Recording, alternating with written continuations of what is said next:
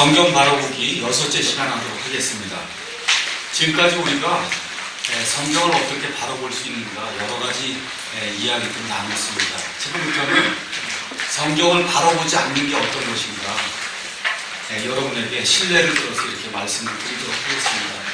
그러한 성경 보는 방법을 영적 해석 아니면 비유 해석, 그래서 영적 해석을 짧게 얘기해서 영해를 한다, 그렇게 이야기하는 거예요. 영해, 문자 그대로 이런 거 보는 게 아니라 영적으로 뭔가 의미를 부여해서 그거 전혀 상관없는 그런 일을 이제 하는 거예요. 자, 예를 들어 어느 성경 구절을 읽었다. 근데 이상하게 극동방송이나 뭐 어디 C3 TV에 가서 들었더니 10명 목사가 나와서 하는 해석이 10명이 다 달라요. 알겠죠? 그게 뭐예요? 다 비유해서 영적인 해석을 자기가 보는 대로 한 거기 때문에 10명이 나오면 10명이 다 다른 거예요. 원래는 한 해석이 나와야 되는 거예요. 한 해석. 맞죠?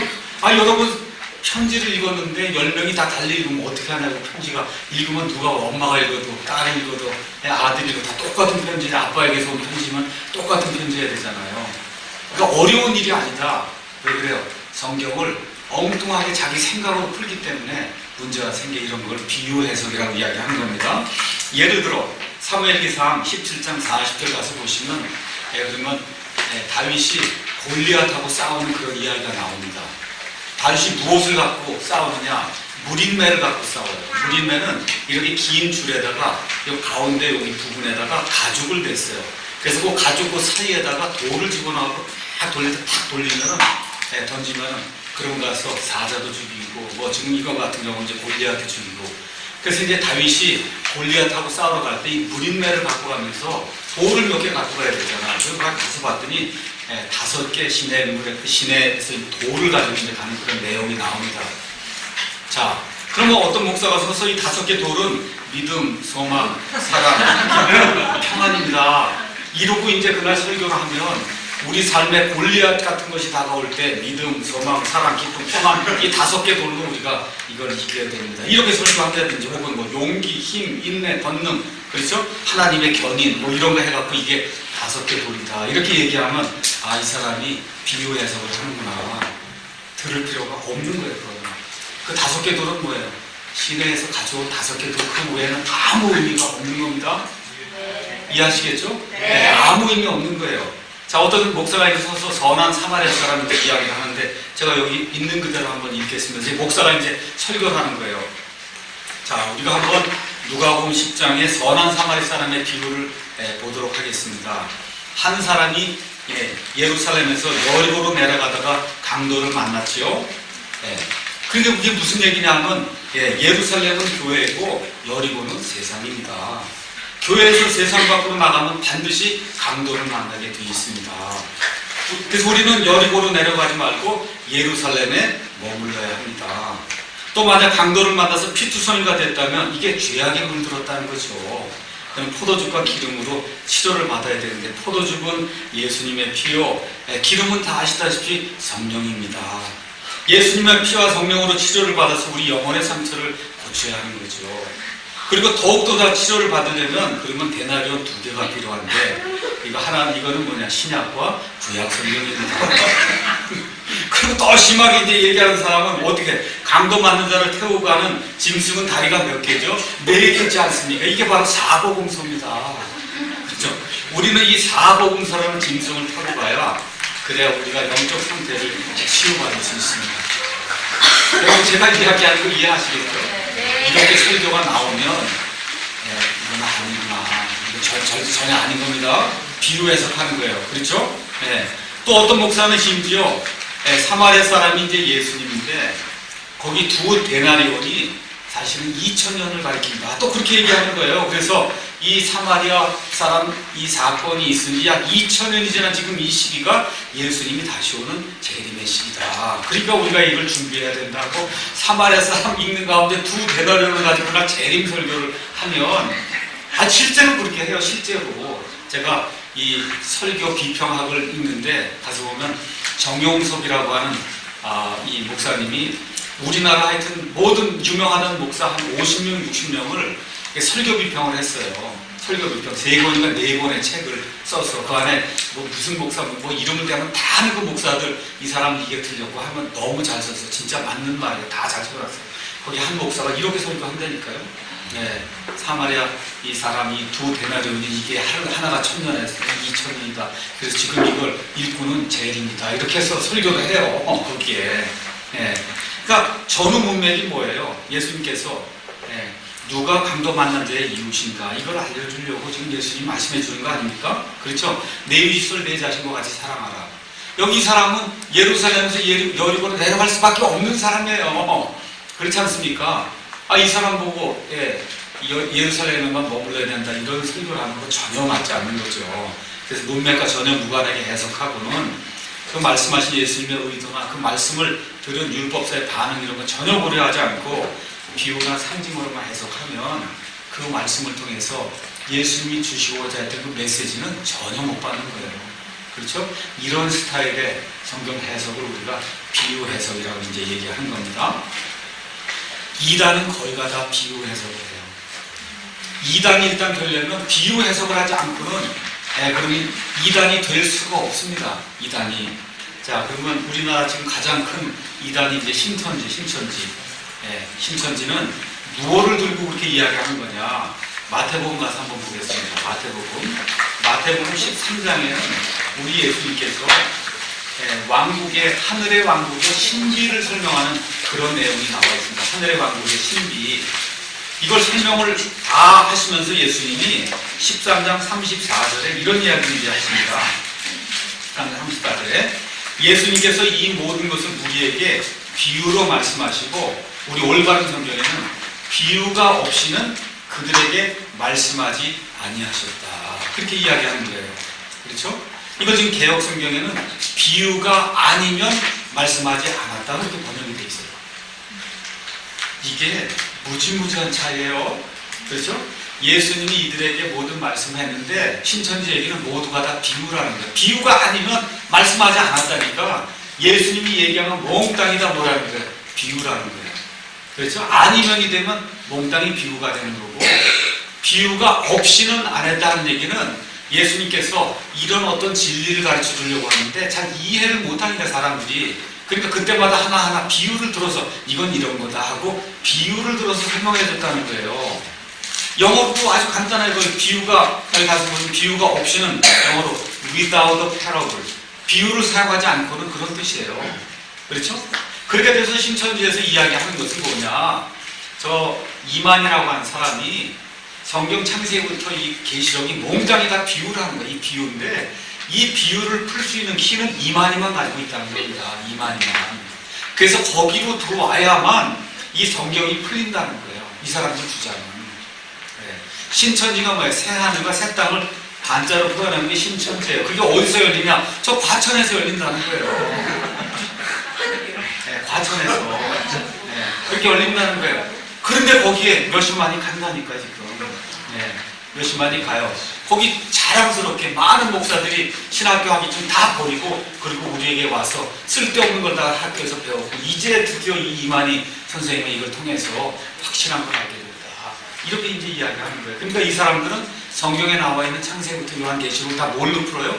비유로. 비유로 푸니까 그 비유는 누구만 아는 거예요? 이만희만 아는 거예요. 아무도 몰라 그 읽으면. 알겠죠? 그래서 그 사람이 그 키를 갖고 있다. 그러면서 이야기하는 게 이제 14만 4천이 모여야 된다는 거예요. 14만 4천 나오면 또 거의 다 이단이다. 우리가 14만 4천 여호와의 증인, 우리가 14만 4천. 그렇죠? 이렇게 나오는 거 이단이에요. 자, 14만 4천이 어디에 나와요? 요한계시록에 나오죠? 요한계시록 7장 한번 가서 보겠습니다. 요한계시록 7장.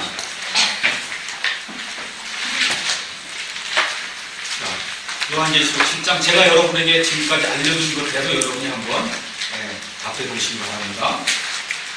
자, 2절 이제 하나님이 봉인하는 사람들에 대한 이야기가 이제 나오는 거예요.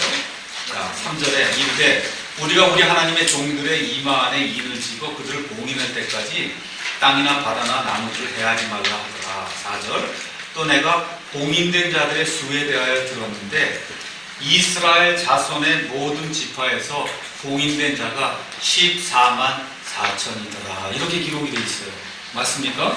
그러고 나서 유다 지파에서 12,000, 그렇죠? 루벤 지파에서 12,000, 쭉쭉쭉쭉 해갖고 맨 끝에 베냐민 지파에서 12,000에서 12,000 곱하기 12라니까 144,000이 나온 겁니다. 맞습니까? 네. 자, 이 144,000이 누구예요? 이스라엘. 그럼 이스라엘의 모든 지파에서 나왔다고 그러잖아요.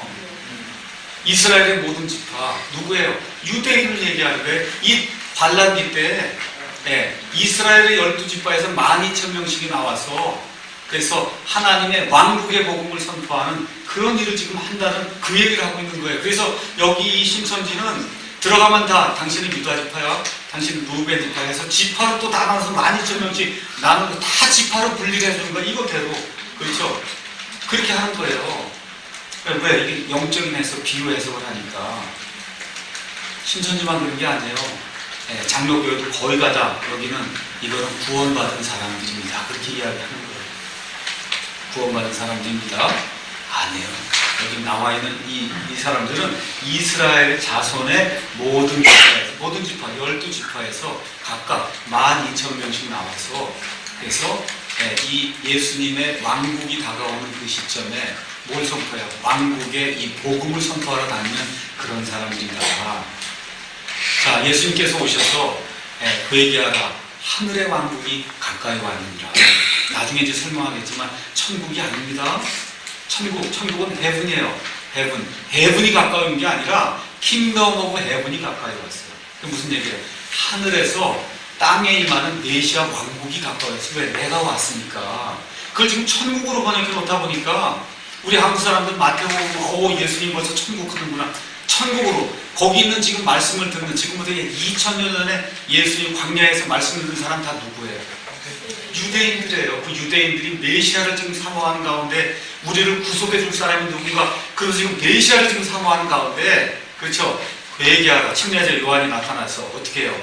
회개하라. 하늘의 왕국이 가까이 왔다. 메시아가 지금 가까이 와서 구약시대에 이루려고 했던 그 메시아 왕국을 지금 이 땅에서 유대인 왕국을 이루려고 한다. 그 얘기를 하는 거예요. 그러니까 어디로만 가라면 이스라엘 지역에만 가라는 겁니다. 딴 데 가지 말래. 이방인들이 가지 마라. 이방인들이 약속이 된 게 아니니까. 그렇죠? 그래서 가면서 뭐라고 선포하라 그래요? 회개하라. 하늘의 왕국이 가까이 왔느니라. 그렇게 선포하라는 거예요. 자, 이러면서 마태복음 24장에 가서 보시면 맨 마지막 때 이 땅에 이루어질 그 일들이 그 안에 이제 기록이 되어 있습니다. 그래서 마태복음 24장 거기도 가서 보니까 24장 자, 제가 읽습니다. 24장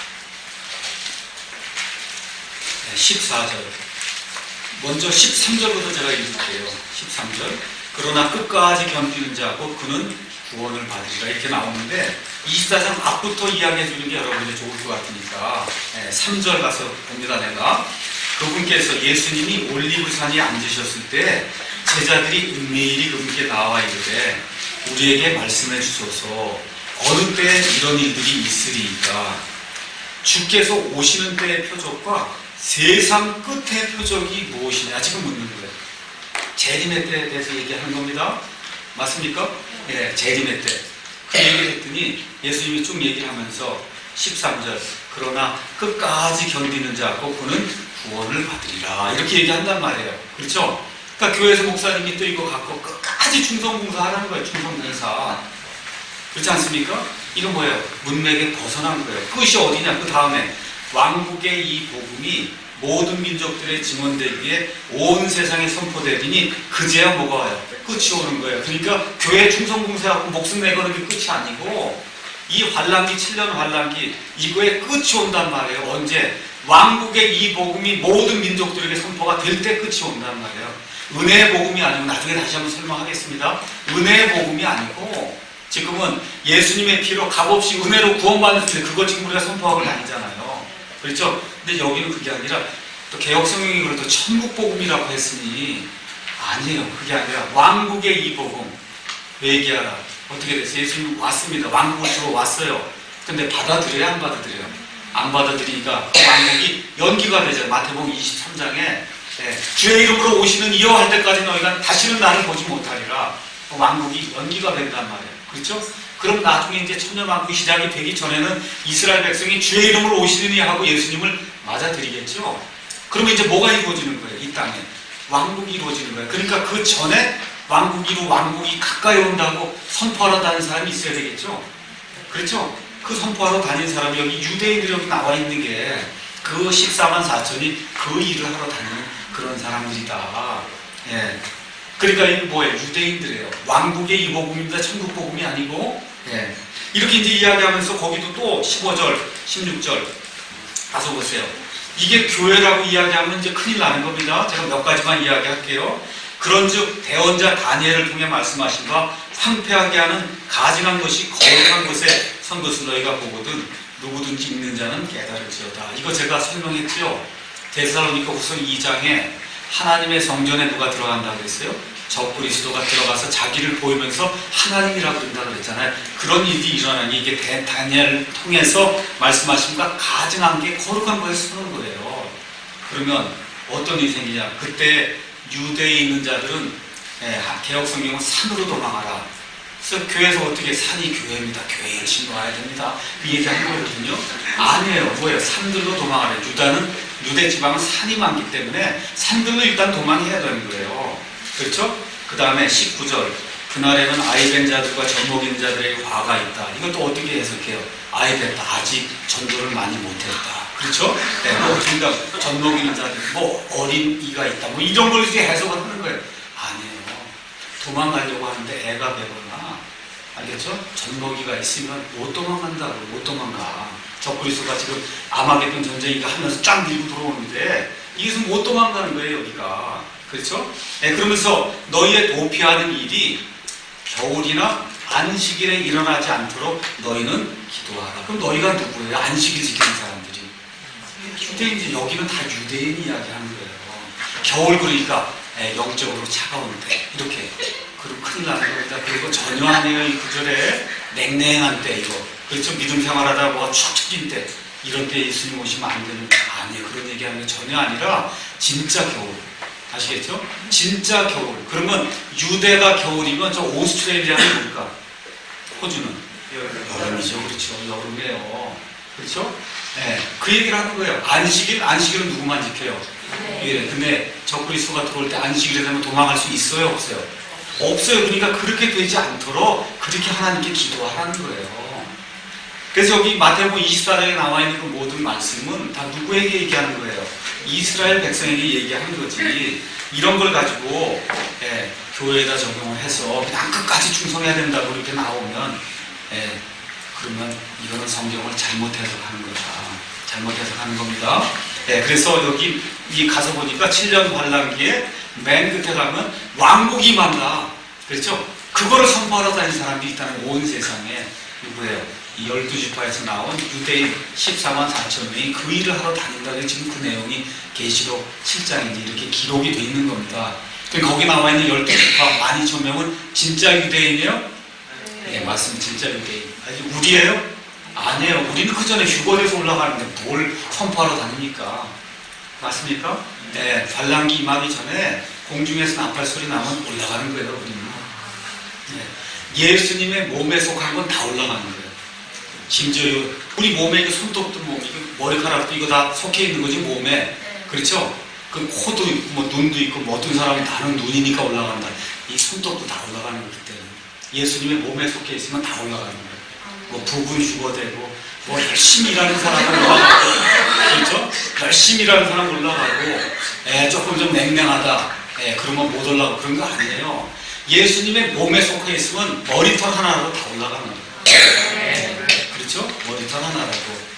왜 그러냐? 예수님이 신부를 데리러 오는 거기 때문에 신부가 다 올라가지 않으면 하늘나라에서 혼인 만찬이 이루어질 수가 없어요. 그렇죠? 그래서 7년 동안 혼인 만찬의 그 시기가 있는데 그게 이루어지려면 신부는 몽땅 다 올라가야 돼, 한 번에. 그렇게 이제 성경이 이야기를 한다. 이렇게 이제 보시면서 신천지 이런 데서 얘기하는 이런 것들은 틀렸다. 자, 그 다음에 또 어떤 게 있냐면 꿰어 맞추기식 성경 해석이 있어요. 꿰어 맞추기식. 창세기 38장에 가서 보시면은 유다라고 하는 사람이 나옵니다. 유다가 수아라고 하는 그런 여인과 결혼을 해서 엘리와 그 다음에 오난과 그 다음에 마지막으로 아들 셀라라고 하는 조그만 아들을 뒀습니다. 아들. 근데 엘이 아내를 취했는데 그 아내 이름이 다말이에요. 근데 엘이 하나님 앞에서 사악하게 행하니까 하나님이 엘을 죽였어요. 그래서 엘이 죽고 나니까 그 유대 지방에 대한 풍습에 따라서 동생이 아내를 데려다가 형을 위해서 씨를 일으켜 세워야 되는 거예요. 그래서 오난이 이 다말을 이제 취했는데 여기서 자식을 낳아 이게 내게 아니겠구나 생각하고는 그리고 씨를 밖에다 버렸다. 이제 그렇게 이제 이야기를 하고 있습니다. 하나님이 이것도 사악하게 보시고 오난도 쳐서 죽여버렸단 말이에요. 그 이제 남은 게 셀라인데 셀라가 보니까 여기 보이들처럼 한 10살 정도 된 것 같아요. 그 10살 돼서 이 아들에게 줄 수가 없잖아요. 또 잘못해서 이 아들을 이 며느리를 주면 잘못해서 지금 두 아들 다 죽었는데 얘까지 죽으면 그러면 씨가 마르는 거 아닙니까? 그러니까 이 아이가 컸는데도 불구하고 다말을 이 씨를 일으켜 세우도록 주지 않으니까 다말이 어떻게 해요? 창녀로 이렇게 변신을 해갖고 길에 서 있다가 자기 시아버지 유다가 오니까 그 시아버지를 데리고 가서 음행을 한단 말이에요. 그렇죠? 그 음행을 해서 아기를 뵀어요. 그랬더니 저 다말이 다른 사람하고 이 음행을 벌여서 아기를 뵀다. 그러니까 유다가 죽이라고 얘기하는데 가서 딱 보니까 그게 누구예요? 나잖아요. 그렇죠? 그렇죠? 이렇게 돼서 다말에게서 두 아들이 태어납니다. 하나가 베레스, 하나가 세라 이렇게 이제 태어나거든요. 그래서 여러분이 이걸 가서 쭉 마태복음에 가서 보면 마태복음 1장에 다말이라고 하는 여인이 한번 예수님의 족보에 나오죠. 맞습니까? 그러니까 어떻게 이제 꿰맞추기 해석을 하냐 하면 다말이 앞으로 이거 분명히 나를 통해서 메시아가 나와야 되는데 지금 이거 아들을 안 준다는 거예요. 이 아들을 줘야 나를 통해서 메시아가 나오는데 그래서 다말이 하나님을 위해서 음행을 벌였다는 거야. 어떻게 하든지 해서 내가 이 메시아 이 계보를 내가 이뤄야 되겠다. 그래서 이 다말이 엄청나게 믿음이 좋은 사람이다. 아시겠죠? 이렇게 꿰맞추기 이 성경 해석을 하는 그런 단체도 있습니다. 그러면 아브라함도 다윗도 바세바를 취할 때 그렇죠? 다윗 빨리 해서 솔로몬을 가서 이 메시아 계보를 내가 이어야 되겠구나. 무슨 바세바를 취하여? 아니죠. 음행한 거예요. 음행. 자기 욕정을 이기지 못해서. 다만 하나님은 사람의 그런 불완전함에도 불구하고 자신의 뜻을 이루기 위해서 여기 다말이 낳은 베레스를 사용해서 메시아를 계보를 있게 하고 솔로몬을 통해서 또 메시아 계보를 있게 하고 하나님은 사람의 부족함에도 불구하고 하나님이 해주시는 거지. 우리 사람이 앞을 착 내다보고 메시아를 내가 내야 되겠구나 이 큰 믿음을 가지고 가서 음행을 벌이고 도둑질을 하고 안 된다는 거예요. 그거는 인간으로 해서는 안 된 일인데 그렇죠? 하나님이 그거를 선으로 바꿔주셨다. 우리가 그렇게 해석을 해야 이게 성경이 맞는 거지. 그렇게 하면 하나님을 위해서 그냥 몽땅 다 나쁜 일 해도 아무 문제가 없는 거예요. 그러니까 어떻게 얘기를 하냐. 이제 휴거가 될 테니까 집도 많이 대출 받으라는 거예요. 교회 갖다 바치고. 알겠죠? 이런 식의 이 사람들을 선동하는 그런 일들을 하는 그런 단체가 있다는 겁니다. 성경을 갖다 꿰맞추는 거 아니에요. 그런 거 아니다. 자, 창세기 15장 가서 보시면 또 이런 또 해석을 하는 사람들이 또 있습니다. 창세기 15장 아주 유명한 장이에요. 아브라함이 지금 아들이 하나도 없는데 하나님이 아브라함을 이제 데리고 나가서 저기 하늘의 별들을 봐라. 그렇죠? 그러면서 5절 가서 보니까 그분께서 그를 데리고 밖으로 나아가 이르시되 이제 하늘을 쳐다보고 별들을 셀 수 있거든 세어보라 하시면서 그에게 이르시되 내 씨가 그와 같으리라. 내 씨가 하늘의 별들같이 된다. 아브라함의 아들이 있어요. 지금 없는 상태예요. 그런데도 아브라함이 뭐라 그래요? 하나님 말씀하셨으니까 제가 그대로 될 줄로 믿습니다. 그래서 6절에 아브라함이 주를 믿으니 그분께서 그것을 그에게 의로 여겨주셨다. 그래서 아브라함이 믿음으로 구원받는 장면이 지금 여기 이제 나오는 겁니다. 자, 근데 아브라함이 묻는 거예요. 9절에 주 하나님이요. 그런데 내가 그것을 상속받을 줄을 무엇으로 알겠습니까? 이 땅을 준다고 했는데 이 땅을 상속받을 줄 제가 어떻게 합니까? 하나님이 이 팔레스타인 땅을 영원토록 유대인들에게 주시겠다고 말씀하니까 그랬더니 9절에 그분께서 그에게 이르시되 나를 위하여 3년 된 암송아지와 3년 된 암염소와 3년 된 순양과 산비둘기와 집비둘기 새끼를 취하라 하시니라. 그래서 그가 그분을 위하여 모든 것을 취해 그것들을 중간에서 나누고 각각의 조각을 서로 마주보게 놓았으나 새들은 나누지 아니하였더라. 이렇게 이제 기록이 되어 있습니다. 자, 그 이후에 어떤 일이 생기냐. 13절 그분께서 아브라함이 이제 깊은 잠이 들게 한 다음에 그분께서 아브라함에게 이르시되 너는 확실히 알라. 내 씨가 자기들의 소유가 아닌 땅에서 나그네가 되어 그들을 섬기겠고 그들이 400년 동안 그들을 괴롭히리라. 아니 지금 이 땅을 주시겠다고 하고 나선 갑자기 내 씨가 400년 동안 어디 가서 돌아다니면서 이 나그네 생활하면서 이 이방 사람들에게 괴롭힘을 당한다. 그렇게 이제 이야기하니까 사람들이 이거 아브라함이 뭘 잘못했구나. 그렇죠? 그래서 뭘 잘못했다고 얘기하냐 하면 9절에 암송아지, 암염소, 순양, 산비둘기, 집비둘기 있는데 이 짐승은 다 둘로 다 각을 딱 쪼개서 놨는데 그렇죠? 그 새들은 나누지 않았다는 거예요. 여러분 이해하시겠어요? 새도 이게 두 조각을 해가지고 그래갖고 나눠야지. 이게 도대체 이렇게 안 하니까 하나님이 저주를 내린다는 거예요. 이렇게 해석을 하면 완전히 이건 짜맞추기 해석이다. 네? 아니에요. 그렇지 않습니다. 자, 먼저 가서 레위기에 있는 말씀 한번 잠깐 보겠어요. 레위기 1장. 레위기 1장 14절 가서 보시면 짐승은 이렇게 조각을 내서 하는 게 맞는데 새는 그렇게 하는 게 아니에요. 하나님께 드릴 때도 만일 주께 드린 그 헌물이 날짐승에 태우는 희생물이면 그는 산비둘기나 집비둘기 새끼 중에서 자기의 헌물을 가져올 것이요 제사장이 그것을 제단으로 가져다 그것은 머리를 비틀어 제단 위에서 그것을 태우고 그것의 피는 제단 곁에서 짤지니라. 17절 그는 그것의 날개들과 함께 그것을 찢되 둘로 나누지 말라는 거예요. 새는 요만하기 때문에 이걸 뭐 둘로 나누고 말고 할 게 없다는 거예요. 하나님께 예물을 드릴 때도. 그러니까 이미 끝났잖아요. 그건 아니죠. 해석이. 그러면 왜 400년 동안 이 이방 민족들에게 학대를 받느냐. 성경을 읽어봐야지 그 다음에. 거기 가서 보니까.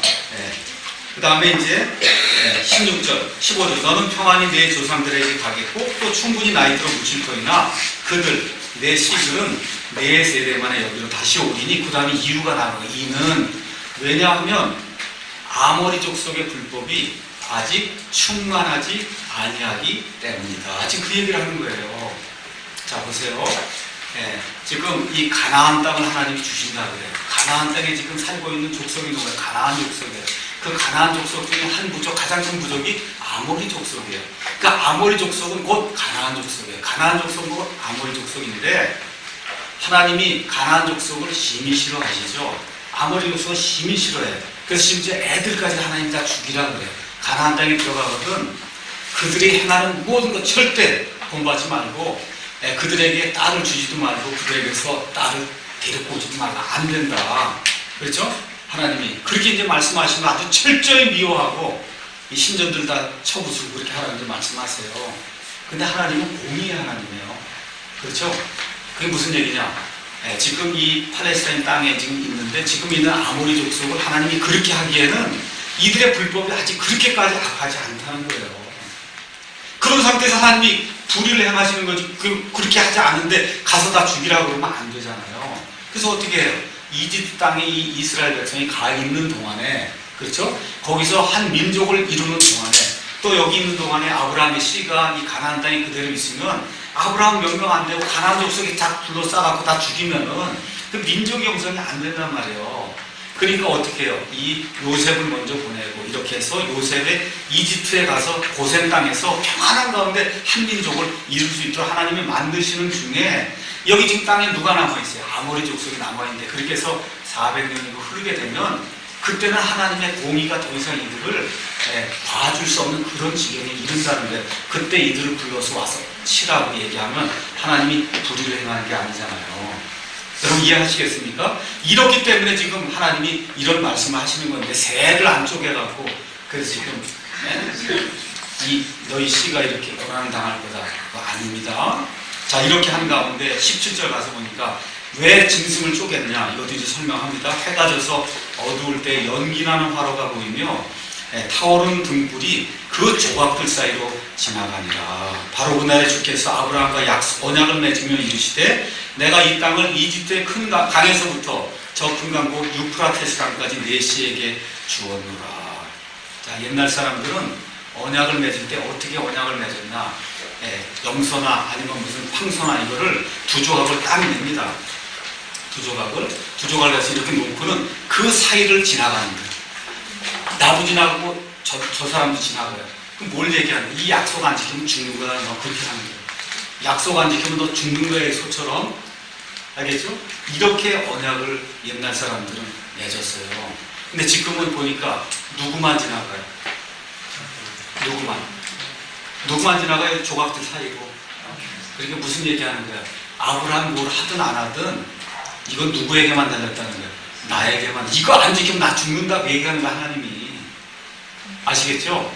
이 언약 안 지키면 나 죽여라 하는 거예요. 그러니까 반드시 지킨다는 거야, 하나님께서. 이러한 그 언약을 통해서 하나님이 이 팔레스타인 땅은 영원 무궁토록 누구에게 주신다는 거예요? 이스라엘 백성에게 주겠다. 그래서 이스라엘이 지금 차지하고 있는 거예요. 그래서 저 땅을 차지하기 전에 영국 사람들이 저 땅을 지금 팔레스타인 사람들이 지금 차지하고 있는데 저 땅을 자꾸 달라고 그러면 어떻게 하냐. 그렇죠? 그러니까 이제 이 이스라엘 사람은 아닙니다. 우리는 모리아산, 솔로몬이 성전을 지었던 저기 아니면 성전을 지을 수가 없습니다. 그러니까 영국 사람이 뭐라 그래? 저기 아프리카 우간다 이런데 땅이 엄청 넓다. 그러니 거기 땅을 떼어줄 테니 거기 가서 나라를 세우면 안 되겠냐. 그렇잖아. 영연 말고 영국이나 지금 통치하고 있으니. 그러니까 된다 그래, 안 된다 그래? 안 된다 그래. 왜 그래요? 하나님이 이 조각들 사이로 지나가면서 죽으면 맹세된다는 거예요. 이 땅은. 아시겠죠? 이 땅은 하나님이 아브라함에게 내 씨와 영원히 주겠다고 하나님이 맹세한 그와 같은 땅이기 때문에 불가능합니다. 우간다 안 됩니다. 아무리 넓은 땅 온 세상을 다 줘도 안 됩니다. 꼭 어디만 돼야 되는 거예요? 그러니까 팔레스타인이어야 됩니다. 팔레스타인. 그것만 돼야 되는 거예요. 그래서 하나님께서 이 땅을 주시겠다는 약속을 아브라함에게 주시면서 저 팔레스타인 땅을 영원 무궁토록 아브라함과 그의 씨에게 주신 거예요. 자, 이렇게 꽤 맞추기 그런 해석하는 건 안 된다. 이렇게 이제 말씀을 드리면서 오늘은 어쩌면 마지막이 이제 될 수도 있는데 오늘 큐티라고 하는 거 이거 잘해야 된다. 이제 여러분에게 이야기하고 그리고 오늘 강의를 아마 가서 맞출 것 같습니다. 자, 큐티는 영어로 quiet time이에요. quiet time. 자, 조용히 시간을 내서 하나님의 말씀을 묵상합니다. 묵상. 영어로는 meditation이에요. 메디테이션 지금은 다 명상으로 번역이 되기 때문에 명상은 나를 비워야 명상이에요. 이 잡생각이 들어가면 명상이 안 되는 거예요. 이 성불교나 이 뉴에이지 하는 사람들이 하는 요가 이런 데서 명상하라는 건 일단 나를 비워야 되는 거예요. 완전히 아무 생각하면 안 되는 거예요. 성경이 얘기하는 이 명상은 그런 게 아니다. 하나님의 말씀을 주야로 묵상하라. 그 메디테이트 하라는 거예요. 하나님의 말씀을 주야로 묵상하라. 메디테이트. 그 뭐예요? 하나님의 말씀을 아침, 저녁, 점심 할 것 없이 계속해서 이거를 살펴보라는 거예요. 그거 어떻게 정신을 차려야지 성경은 묵상이 되는 거예요. 아시겠죠? 이교도들이 가르치는 그런 요가 아니면 선불교 이런 데 정신을 빼야 되는 거고 불교는 이런 데서는 이 성경이 얘기하는 메디테이션은 정신을 집중을 해야 되는 거예요. 정신을. 아시겠죠? 기도도 똑같은 거예요. 이교도들이 하는 기도는 어떻게 그냥 시끄럽게 소리 지르는 거예요. 그래서 여기 가서 보니까 마태복음에 예수님이 이렇게 얘기해요. 한번 가서 잠깐 보겠습니다. 기도하는 것도 6장 5절 보겠어요. 예수님이 이교도들이 하는 것을 다 알고 있다니까요. 거기 가서 보니까 또 너는 기도할 때 위선자들과 같이 되지 말라. 그들은 사람들에게 보이려고 외당과 거리 모퉁이에 서서 기도하기를 좋아하느니라. 진실로 내가 너희에게 이르노니 그들은 자기들의 보상을 받았느니라. 6절. 우리가 기도할 때는 반드시 내 골방으로 들어가 내 문을 닫고 은밀한 가운데 계시는 내 아버지께 기도하라. 그러니까 공공연히 이렇게 해가 나 기도합니다 하고 이렇게 주여 삼창하고 이런 건 기도 없는 거예요. 성경의 기도는. 어떻게 해요? 조용한 데 가서 아버지 은밀한 중에 보시는 아버지에게만 기도를 하는 거예요. 그래야만 은밀한 가운데 보시는 내 아버지께서 내게 드러나게 갚아주신다는 거예요. 기도는 은밀하게 하면 하나님이 그 기도의 이 응답은 드러나게 해주신다는 거예요. 그러면서 7절, 오직 너희는 기도할 때 이교도들과 같이 헛된 반복의 말을 사용하지 마라. 나무합니다. 이건 온종일 주여 삼창 이런 거 쓸데없는 거 하지 말라는 거예요. 그건 이교도들이 하는 거다. 영어 vain repetition. 헛된 반복의 말을 사용하지 말라는 거예요. 그러니까 우리가 기도할 때 괜히 끝에다가 예수님 뭐 주여 갖다 막 붙이지 말라고. 그냥 정신을 똑바로 차리고 우리가 아버지한테 가서 뭐 대화할 때 정신 해롱해롱하고 가면 안 되잖아요. 그렇죠? 어떻게 정신을 똑바로 차리고 내가 알아야 게 이겁니다 아버지. 딱 그렇게 얘기해 아버지가 주는 거지. 정신 왔다 갔다 해서 반복의 말을 헛되게 자꾸 얘기하면 미쳤나 그러지 않습니까? 그게 하늘 아버지도 똑같아요. 어떻게 정신을 똑바로 차리고 그러고 하나님께 제가 요구하는 건 이겁니다. 그렇죠? 이렇게 길지 않아도 되는 거예요. 그래서 뭐라고 거기 나오냐? 이교도들과 같이 헛된 반복의 말을 사용하지 마라. 그들은 자기들이 말을 많이 하여야 아버지께서 들으실 줄로 생각하느니라. 그냥 착각하게 10시간, 난 방언하니까 10시간 돼서 좋다. 그건 이교도들이 하는 거라니까. 이교도들이 정신 똑바로 차리고 내 할만 하면 되는 거지. 그런 거 전혀 필요 없다는 거예요, 우리 예수님이. 그 얘기하면서 뭐라고 해요? 그러므로 너희는 그들과 같이 되지 말라. 너희가 너희 아버지께 구하기 전에 그분께서 너희에게 필요한 것들을 아신 이게 기독교라는 거예요. 내가 구하기 전에 우리 아버지께서 내게 필요한 걸 아신단 말이에요. 그래서 우리는 그걸 내용을 모르니까 어쨌든 구하는 거예요. 그렇죠? 그렇지만 하나님이 우리에게 필요한 걸 아시기 때문에 그래서 오직 첫째로 너희는 하나님의 왕국과 그분의 의를 구하라. 그래야만 이 모든 것들 너희에게 더해 주시겠다. 이게 성경이 얘기하는 기도예요. 그러니까 기도도 마찬가지고 하나님의 말씀도 마찬가지고 항상 할 때 어떻게 정신을 똑바로 차려야 되는 거예요. 방언한다 이런 거 다 정신없이 하는 거거든요. 정신줄 놓는 거예요. 이건 이교도들이 하는 거다. 알겠죠? 그렇게 하는 건 기독교에 없는 그러한 풍수고, 기독교에는 예배를 드려도 어떻게 정신을 똑바로 차리고, 찬양을 드려도 정신을 똑바로 차리고, 말씀을 들을 때도 똑바로 차리고, 목사도 설교를 똑바로 정신 차리고 하고, 기도도 똑바로 하고, 성경 말씀도 똑바로 낭독하고, 같이 똑바로 읽고, 알겠죠? 그 정신을 차리는 게 기독교지, 정신줄을 딱 놓는 그런 방향으로 가면 이건 이교도들 하는 거, 그 일을 하는 거구나. 지금 교회가 다 거의 그런 방식으로 가고 있기 때문에 문제가 되는 거예요. 성경책도 안 갖고 가 여기 다 쏴주거든요. 그게 뭐 하는 거예요? 다 어리석은 자 만드는 거예요. 성경이 어디 있는지, 뭐 말라기가 어디 있는지, 에스겔이 어디 있는지 교회 다니도 알 수 있어요? 어리석은 사람을 만든다는 거예요. 무지몽매한 사람을 만들어요. 아니요. 성경은 자기가 가지고 다니면서 항상 펴서 보고, 잠잘 때 나도 스마트폰으로 성경 읽고 자요. 그래도 다 찾을 줄 안다니까요. 알겠죠? 다 찾을 줄 알아요. 이거 어디? 저 이게 색인 없잖아요, 내 성경은. 색인 있으면 더 불편해, 찾기가. 그렇죠? 그러니까 이렇게 읽는 거 어디 하면 딱딱 나와야지 이게 일단 기본이 돼야 되는 거예요.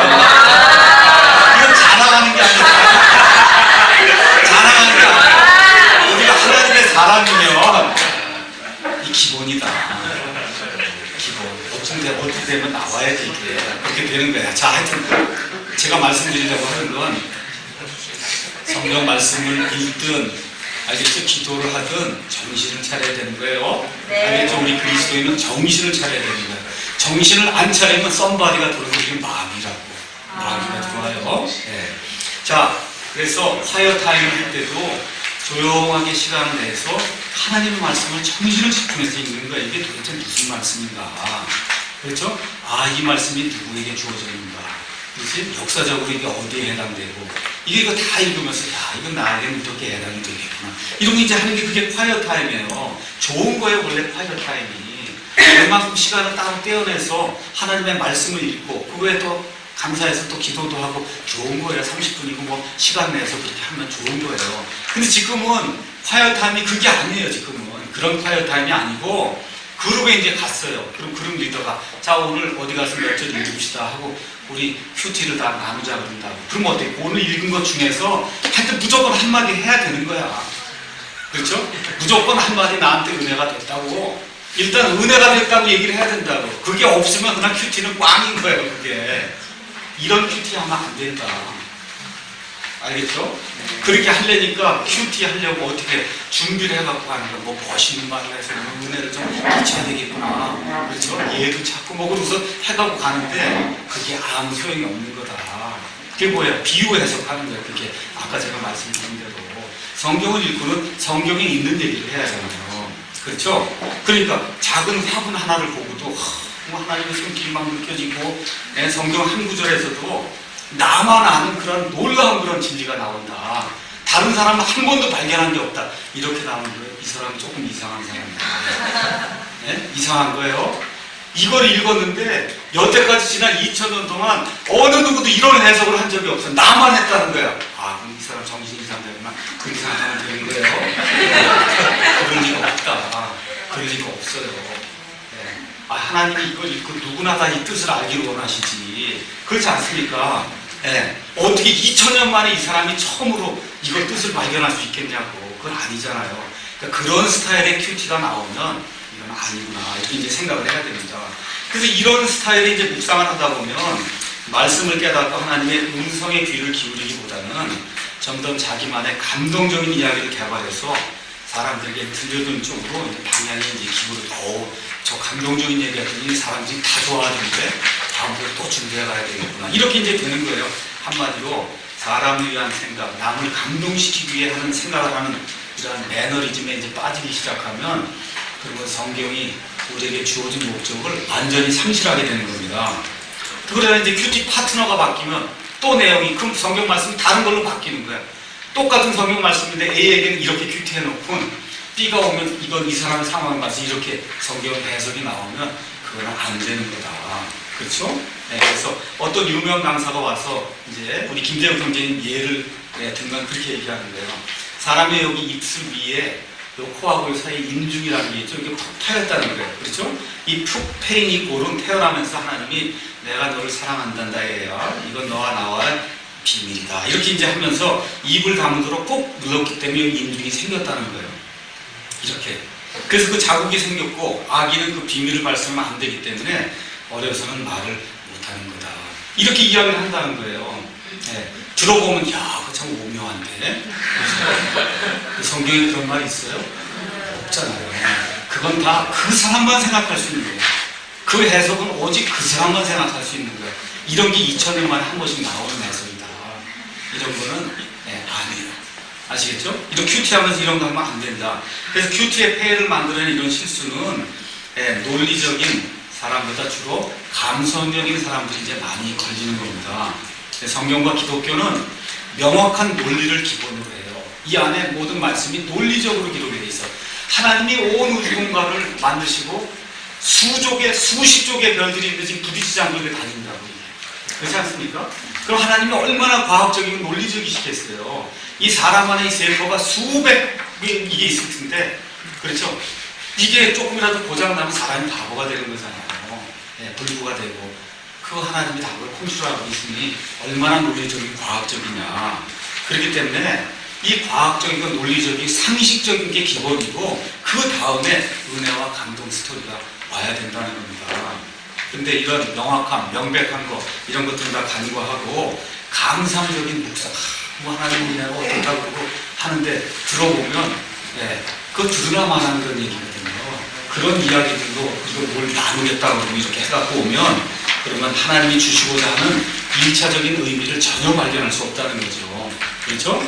그래서 하나님은 느낌으로 다가가는 분이 아니에요. 오늘 이 얘기했더니 너무 좋아하는 거 보니까 하나님도 기뻐하시겠어요. 그거 아니라는 거예요. 느낌으로 다가가는 분이 아니다. 하나님은 성경에 계시된 것을 이해하면서 먼저 알게 되는 거예요. 그래서 요한복음 17장 3절인가 영생은 이것이니 그들이 유일하신 참 하나님이신 아버지와 아버지께서 보내신 자 예수 그리스도를 아는 거예요. 이 하나님을 많이 알면 알수록 그러면 저와 여러분이 정말 놀랍구나. 이 성경을 아는 것에서 기쁨이 생겨야지 이거를 그냥 자기식으로 막 풀어내는 그거에 이게 빠져갖고 느낌을 가지고 오늘 말씀 이렇게 하면 안 된다는 얘기입니다. 성경에 없는 것을 자꾸 찾으려 하면 세상 논리와 학문이 동원되면서 궤변을 말하는 그런 실수를 범하기 쉽습니다. 그래서 성경 안에서만 말할 수 없을 때도 있어요. 예, 그러다 보면 완벽할 수는 없겠지만 기본적으로 바른 전제를 통해 말해야 됩니다. 그래서 지금까지 제가 어떻게 성경을 바르게 보느냐, 성경을 바르게 보지 못하는 경우는 어떤 거냐, 제가 여러분에게 말씀드렸잖아요. 충분히 이제 이해할 수 있으리라고 생각합니다. 유명한 말이 거기 하나가 있어요. 신학자는 자기만의 신선한 해석을 한번 해보려고 노력을 해요. 야, 이 구절은 여태까지 어느 신학자, 주석자도 못하는 내가 한번 해봐야 되겠다. 목사는 야, 오늘 정말 내가 호소력 있는 이런 걸 가지고 설교를 해서 사람을 변화시켜 봐야 되겠다. 또 그리스도인들은 내가 감동적인 그런 어떤 이야기를 가지고 사람들 큐티 나누면서 좀 영향을 미쳐야 되겠다. 이렇게 다 생각하는 게 나쁜 건 아닙니다. 다 좋은 거예요. 그럼에도 불구하고 성경이 이야기하는 것을 벗어나서 자기만의 독특한 어떤 이야기를 펼쳐내면 그거는 아니다. 자, 그리고 이 정도만 얘기하고 바르게 큐티하려면 어떻게 해야 되냐. 첫째, 정확한 교리 공부가 있어야 돼요. 그래서 우리가 지금 공부하는 거예요. 그렇죠? 성경 전체를 바르게 봐야 되니까 지나친 해석을 하기보다는 단순히 읽고 그 뜻을 이해하고 그대로 살려고 노력하는 게 이제 중요하다는 겁니다. 자, 그러니까 어떤 분이 그래도 자꾸 예수 그리스도 얘기하고 그러니까 좋은 거 아닙니까? 예. 예수님 뭐 해서 너무 느낌이 좋은데 뭘 그러냐? 아니에요. 가서 한번 하나만 읽고 마치겠습니다. 사도행전 17장 한번 가서 보겠습니다.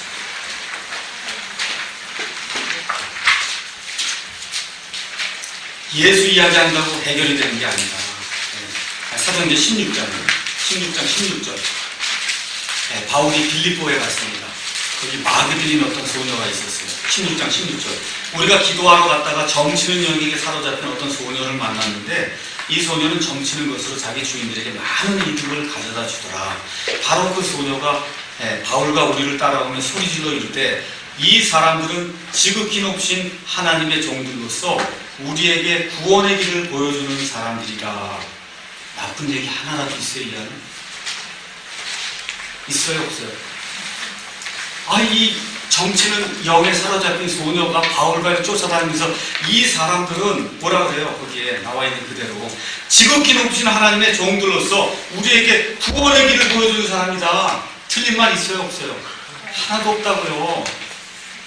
18절. 여러 날을 이같이 하거늘 바울이 근심하여 몸을 돌이켜 그 영에게 이르되 예수 그리스도의 이름으로 내가 내게 명령하노니 그녀에게서 나오라 하며 그가 그 영이 즉시 그 소녀에게서 나온 거예요.